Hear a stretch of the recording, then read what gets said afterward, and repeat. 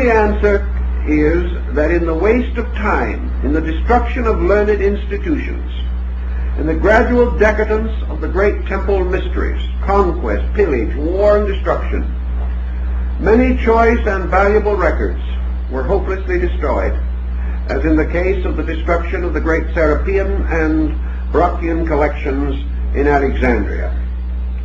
Thus we dropped a dark curtain across history, having obliterated most of the early relics and records of man's intellectual life. We have every knowledge, then, that in the general and broad need of the world, ancient man was reasonably well equipped. He knew the earth was round. He was aware of the Western Hemisphere long before the beginning of the Christian era. And according to Plutarch, the historian, this Gulf of St. Lawrence and the Great Lakes area of the United States was explored by Grecian navigators at least 15 to 1800 years before its rediscovery at the time of Columbus. And of course Columbus really was searching for a passage to Asia. He did not realize in the beginning that he had discovered a new continent. These ancient records and many legends and myths and fables all point out things that we should know but which we have gently ignored. It is almost certain that the Chinese navigated the coast of California 2,500 years ago.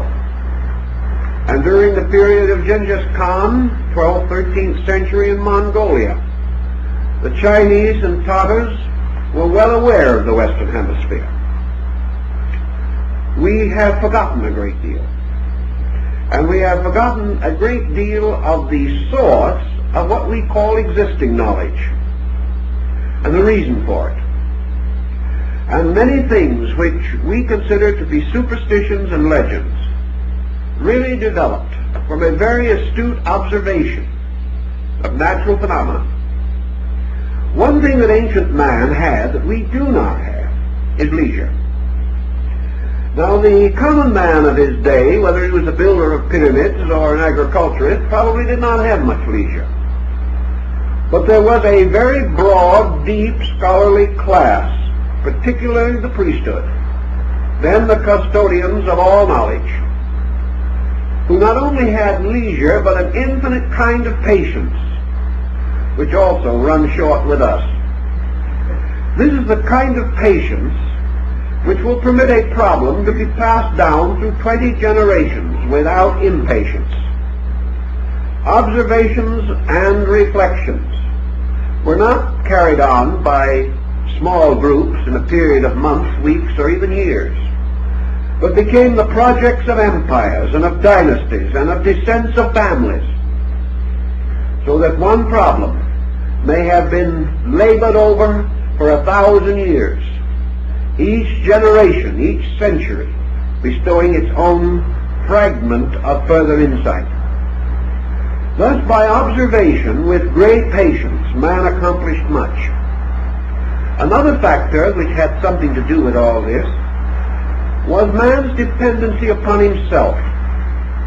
Today we are no longer dependent upon the faculties and powers with which we were originally endowed.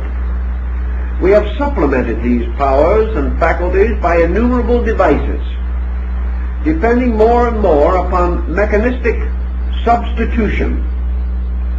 We no longer need or call upon the resources of our own observational powers.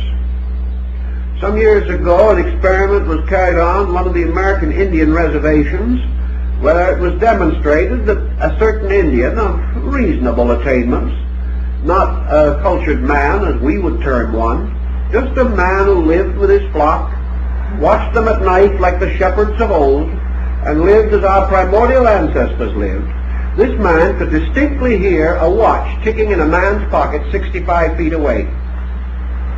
We have no such power of hearing as this. It's gone, because we have no need for it. The present moment, we pick up the phone and get the correct time. Our entire way of life When someone